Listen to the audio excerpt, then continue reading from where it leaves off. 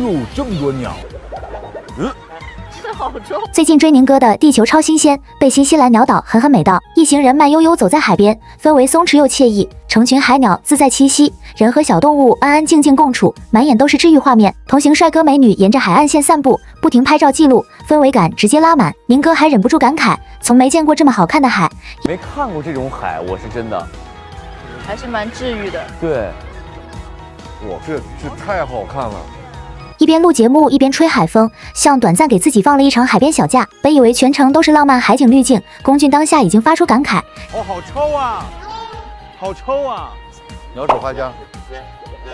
再回头刷到他直播聊鸟岛，一番描述直接把我从唯美画面里拽出来，反差感真的好好笑。我跟你说，我人生当中经历过最臭的景点是哪儿呢？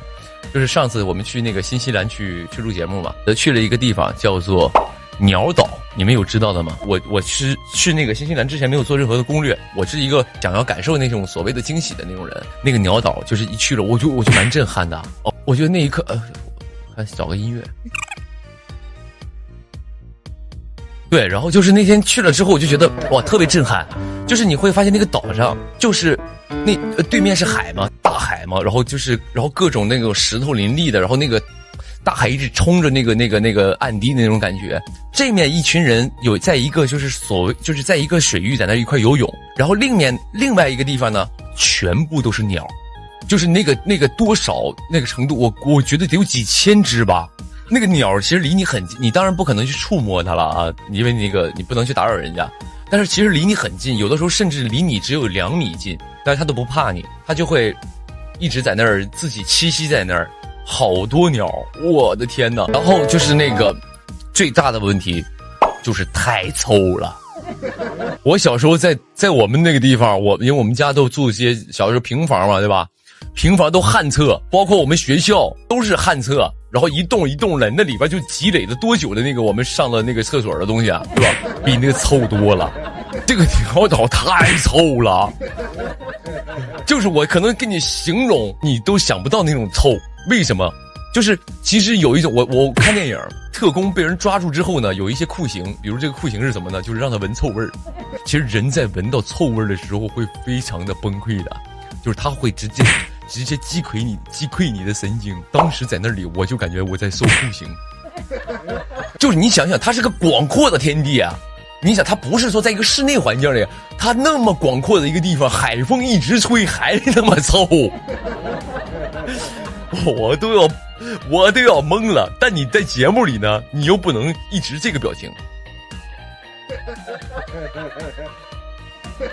你一直这个表情，你节目拍出好看吗？好看吗？宁哥，好看吗？小宁，你不能一直太臭了。你不可能这样，你肯定还在里边就是那种欢声笑语，我们来玩了，开心，拍照、合照、合影，好看，我们肯定这种的。但是我想说什么呢？刚才不是说臭的问题吗？那种臭味是让我到了今天我依旧会记得的那种伤害，太臭了。但是啊，我们话又说回来了，我觉得那个除了那个臭味给我记忆以外，我觉得是我去过新西兰所有景点当中，它给我的震撼是最大的，就觉得很美好。因为地球上本来就不是我们人类自己嘛，对吧？动物也是这个原本也是生活上这个也是地球上的居民嘛，我们能够在一个环境下跟它共存，就是你看我们人就在旁边，他们依旧过着自己的日子，我们也在过着人类的日子，我们不互相打扰，那种感觉就很舒服。但就是我觉得我跟动物是过不了，因为太臭了。我感叹这种美好，但是我跟它过不了。